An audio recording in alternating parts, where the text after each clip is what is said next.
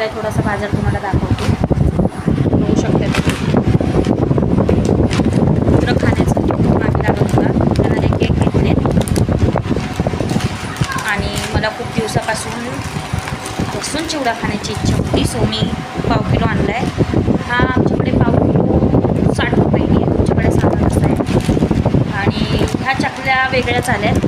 तर मी घेतल्यात ह्या 20 रुपयाच्या घेतल्यात. पहिला टेस्ट करून बघते कसे आणि मग मी आणि हे मी केळाचे वेफर घेतलेत 50 रुपयाचे घेतलेत.